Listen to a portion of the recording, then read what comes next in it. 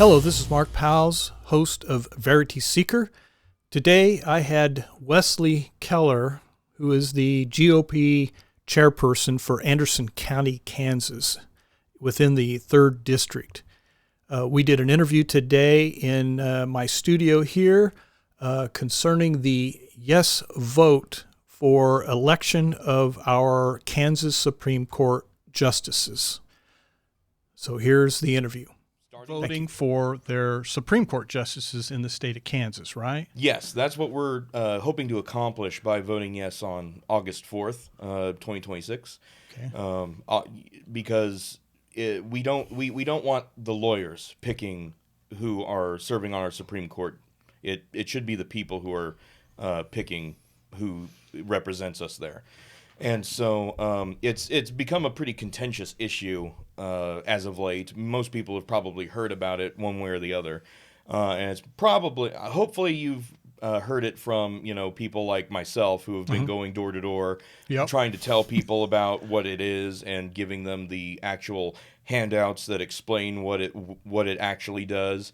But there's a lot of misinformation out there about it's going to politicize the Supreme Court. It's going to, the races for Supreme Court justice is going to be full of all of this political money.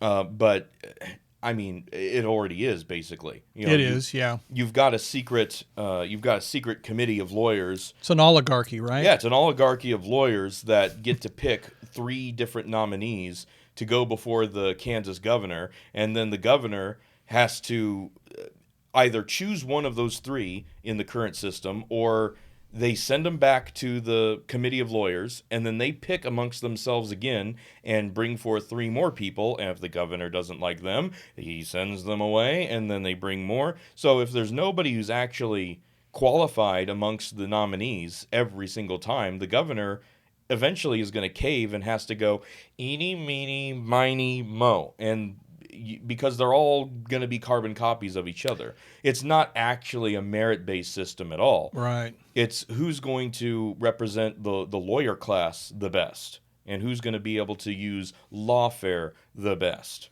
And another thing is I don't think people understand, the general public does not understand that the Bar Association is a government institution.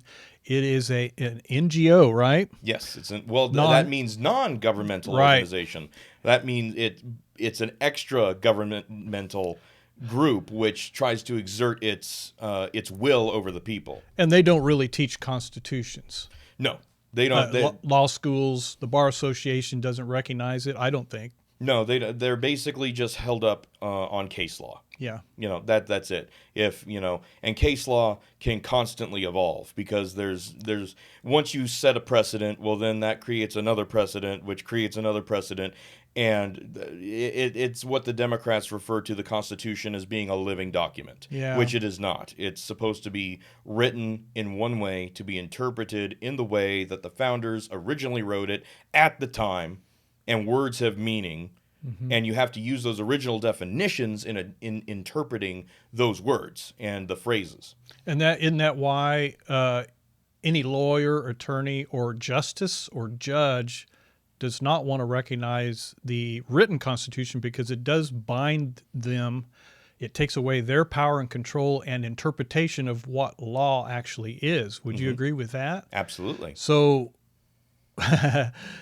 So they've basically taken over the entire system of government by not recognizing a written constitution, and they determine law, kind of like British law. Common law, right? Yeah. Yeah, where it's kind of all loosey-goosey. And they decide what it is. Yeah. Somebody votes, some legislator or somebody on Parliament decides that this is going to be a law, and then the justice system decides how to interpret it. So over there, overseas, whatever they say, that's what it is. And like you said, it just changes from one minute to the next based on judicial precedent or a decision or opinion. Right. And it becomes law or the replacement of the Constitution. It becomes the replacement of the Constitution. And this is a really a heavy subject that created a lot of controversy. But the prime example here in the state of Kansas is when the Supreme Court of Kansas supposedly ruled that the Kansas Constitution's Bill of Rights protected the right to abortion. Well, Yeah. that's completely made up. Yeah, it is. If you read the letter of the law in the Constitution, the Bill of Rights' first right that it guarantees to every citizen is the right to life, liberty, and the pursuit of happiness. Right there, that already defeats that fraudulent Supreme Court ruling because you are entitled to life. Period. Yeah. The word abortion doesn't show up. Well, the right to it. The right to They have life. to protect that, They have to protect life. which means they can't protect an institution that kills babies Yes. for convenience. Yes, and that's not an opinion. Yeah. That's literally reading the Constitution literally as it was originally intended. Your life is supposed to be protected. So that's a very important example of how the Kansas Supreme Court has just completely jumped the rails. And then after it jumped the rails, well, then it jumped the Grand Canyon, and then it swam across the ocean, and now it's somewhere over in China. Yeah. Because the Kansas Supreme Court is the most overturned Supreme Court in the entire Union, next to California. Oh my gosh. We're next to California. Yes. We're nearly as bad as California itself. So if that scares you, Man, that scares me. that says a lot. Yeah. And so, but you see, not even California selects their judges the way that we do. We're the only state in the entire Union that has lawyers get a ballot to participate in a secret election that none of us know about to choose the nominees that the governor then has to pick to install a Supreme Court justice onto the Supreme Court. And it wasn't always that way. As you said, it happened in the 1950s or Yes. 1950s? Yes, it happened in 1958.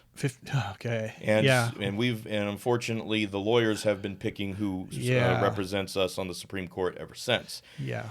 But you see, back when Kansas was first founded, the Kansas Constitution was written to explicitly say the people of Kansas elect their Supreme Court justices. I mean, but that's pretty self-evident right there. I think the match should be the people should decide who their sheriff's going to be. Yeah. And then the courts or the Supreme Court, which is actually going to affect our local district courts, right? Yeah. Well, I mean, what a concept. The people actually vote? Isn't that what the Democrat Party wants? Is, for voting not to be withheld from anyone? You would think. This is the modern Democrat Party. I don't think they think the same way everybody else does. Well, you see, voting works for them as long as it benefits them. Yeah. As soon as they know that they're not going to get the result that they want, well, then, voting's bad. Now we have to have a merit-based system that lawyers get to decide the qualifications of. Because haven't they depended on this current system to get their way, really, in the U.S. general government as well as here in the state of Kansas and other states? But yeah, exactly. So, I mean, but enough. Enough talking about from our points of view. I mean, we're fairly well studied on the Kansas Constitution and the Republican form of government that every state is founded on. Looks like you got some info there, front and back, right? Mm-hmm. Okay, go for it. So this is from Kansas Senator Mike Thompson's monthly newsletter from back in June. And he wrote out all of the arguments for voting yes on August 4th for judicial reform. So why elect our judges? Okay, that is the title of his newsletter. And so these are, what I'm going to be reading from this is going to be all the information that Senator Mike Thompson compiled. So all credit goes to him. Yeah, he's a good senator. I really like him. He's very good. He's one of our best. And it's been a pleasure every time I've gotten to meet him. Yeah. So he says that on your ballot in August is a very important constitutional amendment to restore Kansans' a right to elect justices to the Supreme Court. This right existed until the late 1950s, when it was replaced with the current method, which is the most undemocratic method in the country and is essentially controlled by a special interest group. So, the current system. For nearly 70 years, Kansans have been kept in the dark about the highest court in our state. some Kansans believe we currently have a system similar to the federal model, but that is incorrect. Here is how the current system operates. The heart of the current system is a 9-member nominating commission. 4 members are appointed by the governor, but 5 are attorneys elected solely by other attorneys in Kansas. The commission reviews candidates and then nominates 3 names to the governor, who must pick from the 3. If the governor refuses, the pick goes to the Chief Justice. I did not know that. So if the lawyers installed the Chief Justice, well, then the Chief Justice is going to choose along their lines. How is that accountable? It's not. Exactly. So going back to Senator Mike Thompson, the pick goes to the Chief Justice. There is no confirmation by the Senate. So it's not even like our federal model. It's strictly by the lawyers, of the lawyers, and for the lawyers. And the governor is if you have the best governor in the entire world, they are limited to the 3 people that these lawyers nominate. Mm-hmm. And they're outnumbered. The governor's appointees to this committee are outnumbered by the lawyers. Right. Which are elected by lawyers. Yeah, not good. No, that is literally undemocratic, right? Yeah. So, let's see. So there, while Supreme Court justices are subject to retention elections, no justice has ever not been retained, and even if they were, the vacancy would be filled via the same system. So, interjecting into the senator's newsletter, I believe it happened one time. There was only one Supreme Court justice that was voted to not be retained. Really? It happened one time, and I'm only going off of memory, but it was a while ago, and it's just a fluke because unless people get really fired up and they really understand how the retention vote works, usually you're not going to see any result because you've got so many people either undervoting by leaving the retention vote blank because they don't know what it means. Yeah. Or they don't care because they don't know anything about the justices, Mm-hmm. or they by default, that either just say yes or they just say no. I mean, it's not an accurate gauge of whether the justice is doing a good job or not. If a justice was not retained, how do we know that it was based on people judging the merit of that justice and then wanting to remove them justly? Yeah. It could have just been a fluke where people just went no, and he happened to lose the retention vote, completely unwarranted. Right. So that's the problem with the retention vote. Not good. I can see nothing good with what's. And when people talk to me, they say, "Who do we retain? People do not know anything. I don't. I searched and researched for information on justices. It took days, and I still didn't know who to. Well, I kind of had an idea, but it was like the lesser of 2 evils. Mm-hmm. We really only have one justice that knows anything about a written constitution in the state of Kansas. Yeah, that's Caleb Stegall. Yeah. Yep, and he got on to the Supreme Court by a fluke. So, and that's a very interesting bit of history, part of the history that I have not memorized. So we'll go back to the senator's newsletter. Kansas is the only state with this system. While other states have a nominating commission, Kansas stands alone as the only commission in which the bar controlled the commission.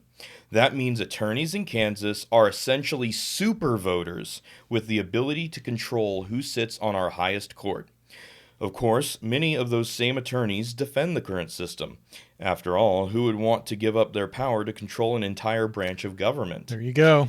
5 people in Kansas who have no accountability to the electorate or even an elected official get to shape the entire Kansas judiciary. Mm-hmm. So, this amendment restores elections. The amendment on your August 4th ballot is very simple. It would replace the current system with direct elections. In doing so, it would align Kansas with 22 other states, a plurality, by electing our highest court. It is not a radical experiment. Kansas elected our justices for our first 100 years. This amendment returns the process to the way it was originally intended at the founding of our state. Now, isn't that what us constitutionalists are all about, original intent? Yeah, original intent. And I think the founders of Kansas kind of had, they kind of had They had a better idea what what the original intent was for Yeah. the Union. Yeah, exactly. That people should actually be able to choose, who represents them. I mean, I think it was probably, it was probably a good idea for Kansas to, vote to be a free state, right? Yeah, oh yeah, I think so. Right. And so therefore, it's probably a good idea for Kansans to elect and choose who represents them on their Supreme Court, right? Well, yeah. I mean, internally, if the people want something within the boundary of their state, they're the ones that should control it, especially if it's your judicial branch. Exactly. Because if you get bad justices in there and they're being chosen by, an NGO, the Bar Association, which does not recognize constitutions, we're going to be in trouble. And guess what? Here in Kansas, we've been in trouble for a long time. Yes, we have. Bad things have been happening. Very bad things. Did you know that the Kansas Supreme Court has usurped the power of the purse from the legislature? Yeah, they've been doing that, but they've been doing it through ignorance of the legislators that are in there, because if they would actually read their own document that they should know, they would say, no, shut up. We're going to do it anyway. Well, we do have some very well-informed legislators who do know that. But you see, the judiciary is so corrupt, and it has absorbed so much from our legislature that those legislators, their hands are literally tied until we can actually correct the judicial system itself. Yeah, I don't see how they could. Well, I do see how they could do it, because, again, the deep state lawyers and attorneys that are flooding our government, like they do all governments, basically say, well, the Constitution is just a piece of paper. Statutes and what we say and how we interpret it is what is the Constitution now. So legislature, you have no power over the purse, even though it doesn't say so in Article 3, which tells in writing what the Supreme Court justices can and cannot do. It does not say that they have power over the legislature. Yes. Exactly. Exactly. And here's another thing that gets me. The only reason why they're called Supreme Court is because they are supreme only over the inferior courts. It doesn't mean they're supreme over everything. Yes. Or what the House and the Senate decide is going to be constitutional or law. Yes. In the Constitution. Exactly. Or even how to interpret it. Yes. God, I'm sorry, it makes me so mad. No, that's exactly right. As far back as the writing of the U.S. Constitution, the framers literally they believed that the branch of government of the federal government that was least likely to become tyrannical was the judiciary, because it was so small and it was not actually three equal branches. The judiciary was actually the smallest and least effective as far as being able to trample on your rights. Yeah. So they actually thought that the judiciary was going to be the least likely to become tyrannical. And yet it's become the most tyrannical, both on the federal level and now in the state of Kansas. Yeah, and I think the guy on your shirt there also mentioned a few things about what was going to happen. Yes. You know? Thomas Jefferson really, he was a visionary. He could see the dangers coming from a mile away. Yeah. And if only we took a few more steps in order to prevent that. Because I believe it was also Thomas Jefferson that said that the price of liberty is eternal vigilance. Yeah, we have to keep after it, especially within our states, because this is where the rubber meets the road right here. The U.S. general government's lost. I don't think it can be saved, so just ignore it, but focus on your state and people like you and others, and the smart ones. Yes. In the House and Senate in our Kansas government. I really admire these people for doing what they're doing. Yes, and we need your support, because without more people supporting us at the grassroots level and being involved and keeping up with what they're doing, they end up then the rubber doesn't meet the road. You know, the grassroots literally has to be that connecting tissue between the good people who are in office and actually, you know, being able to have the backing to accomplish it.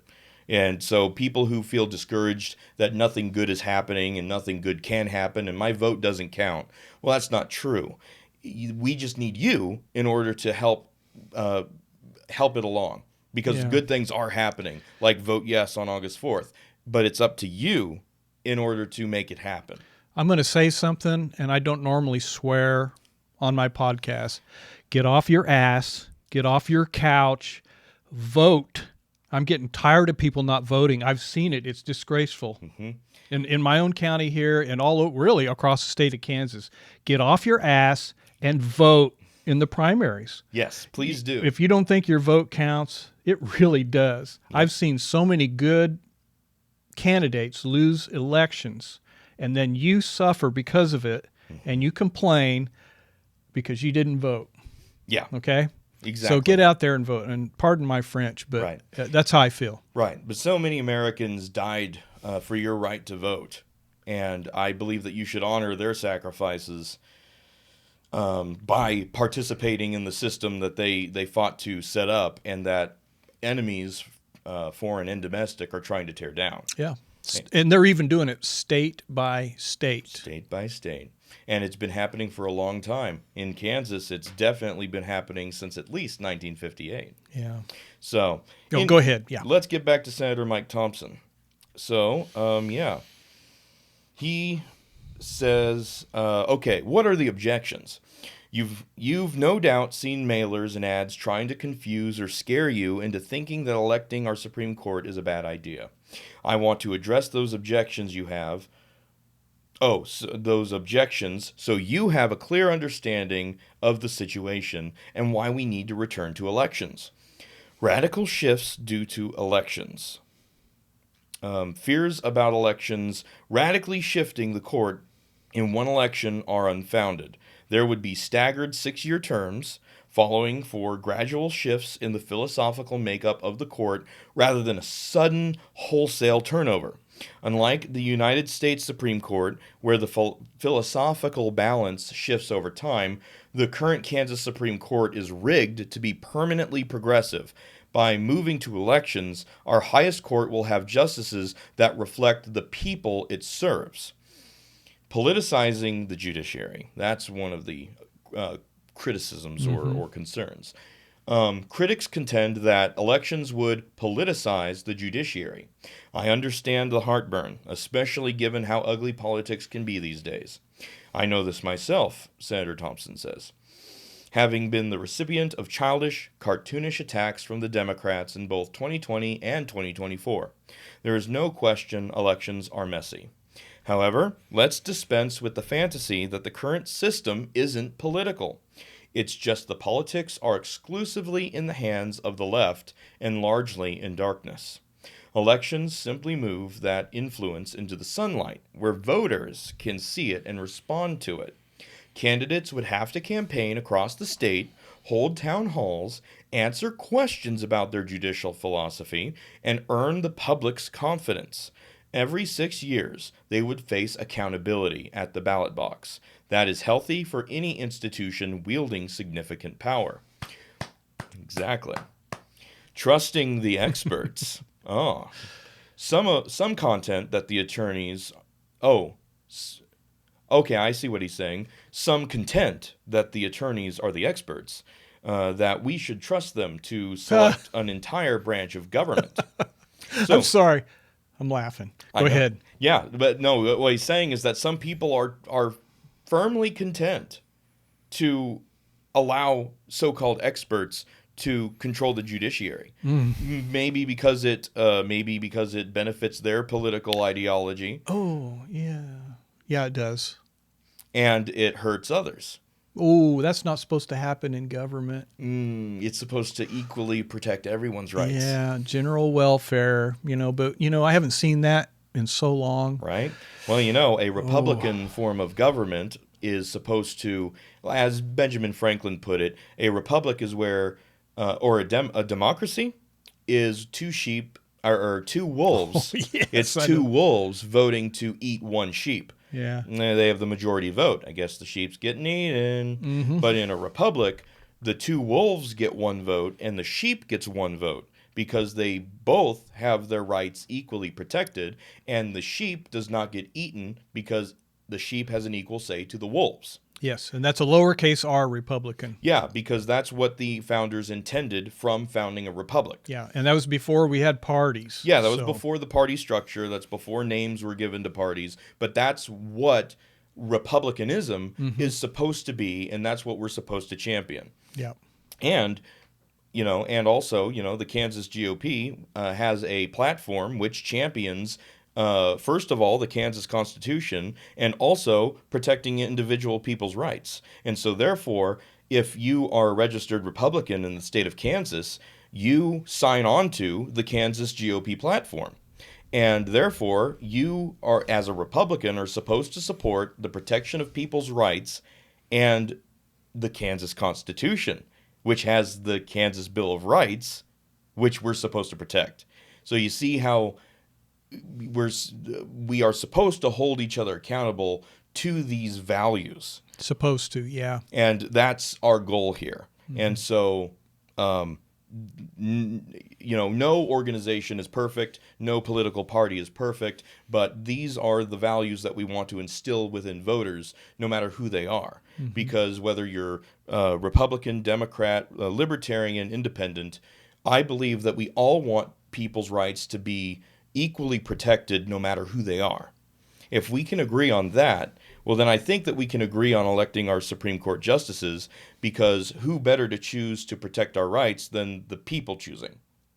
Yeah, I agree with that. Just like the sheriff. Yeah, just like the sheriff. Just like the sheriff.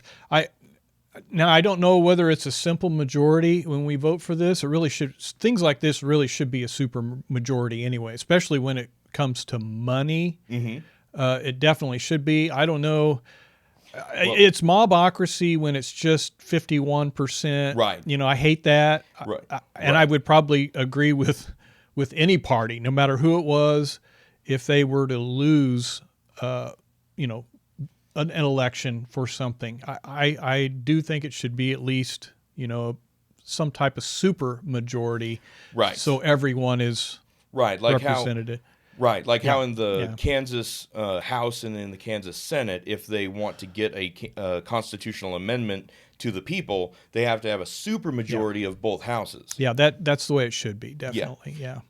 So we'll touch on that after I finish this. So let's see. We left off at trusting the experts. Some are content that the attorneys are the experts, and that they should and they are content that we should trust them to select an entire branch of government. I disagree. In fact, these so-called experts have seated a Supreme Court that has been overturned by the U.S. Supreme Court more than any other in the United States. Clearly, they are picking justices that tend to rule on cases based on their ideology and not the Constitution. I trust Kansans to do a better job choosing who will make those crucial court decisions. Kansans already elect governors, legislators, and district and county attorneys. We are perfectly capable of evaluating judicial candidates on the same common sense standards: fidelity to the Constitution, respect for the separation of powers, and objective decision-making. So this is Senator Thompson's closing argument. Issues that reach the Supreme Court, educating funding, property rights, tax policy, criminal justice, and personal freedom, touch every corner of our state. The people who live with the consequences of those decisions deserve a direct voice in choosing who makes them. This amendment restores the potential for philosophical balance, eliminates gatekeeping by a special interest group, and restores authority where it belongs, with the people. I urge you to talk to your friends about this critical amendment and make sure you all get out to vote to support it. This is a once-in-a-lifetime opportunity to make a positive change for generations of Kansans to come. Thank you very much, Senator Mike Thompson. Yeah, very good. The only thing I don't like about that whole statement is when he did say that the U.S. Supreme Court had overridden our state Supreme Court. That's not supposed to happen. Right. It's not supposed to happen. But I mean, they're not supposed to perform a negative on our decisions here in the state. Right. Sometimes I'm probably glad that they did. I wish they had done that with the abortion thing a long time ago. You see, that Supreme Court's awful too. It's just they like pouncing on states. Anytime they have an opportunity to make a decision on an internal state issue, they love it because they want to incorporate. They want to nationalize the government. They want that power. And so that was about the only thing that I hated for him to say that. But I mean, I think what the senator meant is that in our current in the current way that our government is administrated, the simple fact that because the Supreme Court of the U.S. thinks that it can pounce on states, the fact that in this reversed role it has pounced on us so much. You see what he meant. You see, let me add context to what he meant. They pounced on us, on our Supreme Court, for violating our own state constitution. That's what he meant. You see, the Supreme Court, they heard through the grapevine that these rulings were happening in the state. They looked at these rulings, saw that they violated our state's constitution, and they went, "Whoa, buddy, hold up, wait, we're over." Now, I do think, they can't do that either. But but I mean, I appreciate the assist, right? They love doing it when it's going to nationalize the system. They're looking for it. They love it. Right. And everybody in the state, because of the way they've been taught, goes to the Supreme Court, and I'm sure that's what happened. They went to the Supreme. We can't do it ourselves, so we're going to have the Supreme Court do it, who's just as corrupt and unconstitutional as our own state. What we should do is handle it ourselves, and it looks like we're handling it now. Yes, finally, and that's the point. That's where I wanted to go with that comment. Yeah, we're finally doing it internally as people and our representatives together, coming up with the correct resolution so this never happens again. And we are handling our own internal affairs like we're supposed to. Yeah. The Supreme Court and the U.S. government, stay out of our business. Yeah, exactly. We got it. And this is how you do it right here. This is how you do it. And so that's why I want to encourage every single Kansan to get out and vote. Vote yes on August 4th. Of course, early voting, I believe, starts... depending on which county you're in, it starts, I think, as early as July 15th. And in other counties like Johnson County, it starts the 18th, I believe. So definitely check with your local election authority or county clerk on when early voting starts. But I definitely would urge you personally to vote on August 4th, on Election Day. You know how I feel about early voting, but...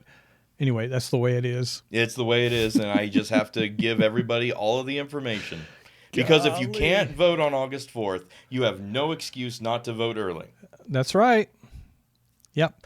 Well, Wes, does that pretty much wrap it up? Yes, I think everybody kind of understands the gist of the amendment, and don't be afraid of the long wall of text that's going to be on the back of your ballot. All of the strike through on in that is just what is being removed from the Kansas Constitution that has the corrupt current system in it, and really there's basically one paragraph and a sentence or two that's being put in its place, and that will be in italics on your ballot. Okay, that will be the actual language of the amendment itself. But they need to vote yes for this correction. They need to vote yes for this correction. Vote yes for judicial reform on August 4th. And if you see any flyer out there or any sign out there that says no, block it out of your mind, please, because, that's an agenda. To keep lawyers in power. Yep. Yes, and it's interesting. We've got the vote yes signs that are navy blue and gold like the Kansas flag. Well, there are vote no signs that use the same color scheme. So don't be fooled if you see a vote no sign that looks like our vote yes signs. Just remember that sign identifies as a vote yes sign, and you should vote yes. Yeah, on all these signs. vote yes, even Vote if yes. it says no. Even if it says no, you're voting yes on judicial reform. Yeah, we can play this game too, can't we? Absolutely. Okay. Well, Wes, thank you so much for coming in. Absolutely. Chairman of the Anderson County Republican Party. Okay. Yes. Yep. Doing a very good job around here and making things right from within the system, within the party. So it's about time. Well, you see, I think that the Anderson County Republican Party it wants to hear the people's voice. Mm-hmm. As the chairman, I want to include as many people as possible because that's where the grassroots makes the rubber meet the road, just like we talked about earlier. And so that's why I wanted to come on your podcast and give the arguments for why we vote yes on August 4th, because I want people to know that the Anderson County Republican Party is trying to have the people's voice be heard. Mm-hmm. I think that needs to be that needs to be stated because people are incredulous of parties, Mm-hmm. you know, as we brought that up earlier. But as long as there are liberty-loving patriots who are involved with your local county party, then you can be assured that there are constitutional people who are trying to get out, door knock, and try and spread the word about good amendments, good candidates, good policies. That's why you should get involved. Okay. If you want to see change, and if you have problems with the Republican Party, then you should get involved. You should become a precinct committee leader for your local precinct, so that you can have a voice within your local county party. Because then you might find other like-minded people who are either already in the party, or you could bring other people in so that you could help volunteer. You can go and you can support the candidates who are going to support the Kansas Constitution, mm-hmm. and who are going to vote yes, who are supporting the Vote Yes movement. That's why we need to be more vocal and be more inviting, because I want the people to direct our policy, which is ultimately going to point us back to the Kansas Constitution, just like our platform does. Yeah. If you want things to get better, and I know there's a lot of people complaining about a lot of different things out there, mm-hmm. and a lot of times they're the people that never vote on these off-year elections. They don't vote in the primary, mm-hmm. and then they won't vote in the general election unless it's a federal election. Right. And even the federal, when we have federal government candidates, mm-hmm. It's sad. The number of people who there's more people not voting than voting. Yes. And therefore, the wrong candidates, in my opinion, mostly get into office and ruin your life and the life of your children. Mm-hmm. And those candidates would have never made it there if all of you had just gotten out and filled in a bubble on a ballot. Oh, yeah. It's easy. It is. And I know I want to broach this before we go, just so that people have a little peace of mind. We know that there are concerns about election integrity, but we have been strident in our efforts to shore up the election integrity of Kansas elections. Yep. And we're constantly looking to find more ways of making it better and more secure. And it's not perfect yet. I can definitely tell you that. But I can also assure you that your vote is certainly going to count, because if you're afraid that fraud might displace your vote, if enough Kansans get out and vote, there's not enough fraud to override our voice. Yeah. Sounds good. Let's end on that note, Wesley, because I know you have other things to do today. You're going to be traveling. Yes, I'm going to be traveling all over the 3rd Congressional District, because that's another key primary election and general election this November as well. So we got to get out there, and we just got to, whoever you vote for in the primary, I want your voice heard. Mm-hmm. Yeah. So get out there and vote. August 4th, right? August 4th for the primary, and vote yes for judicial reform. Okay, there you have it. All right. This is Verity Seeker, and I'm your host, Mark Powls. This is Wesley, and we'll see you on the next one. Thank you very much.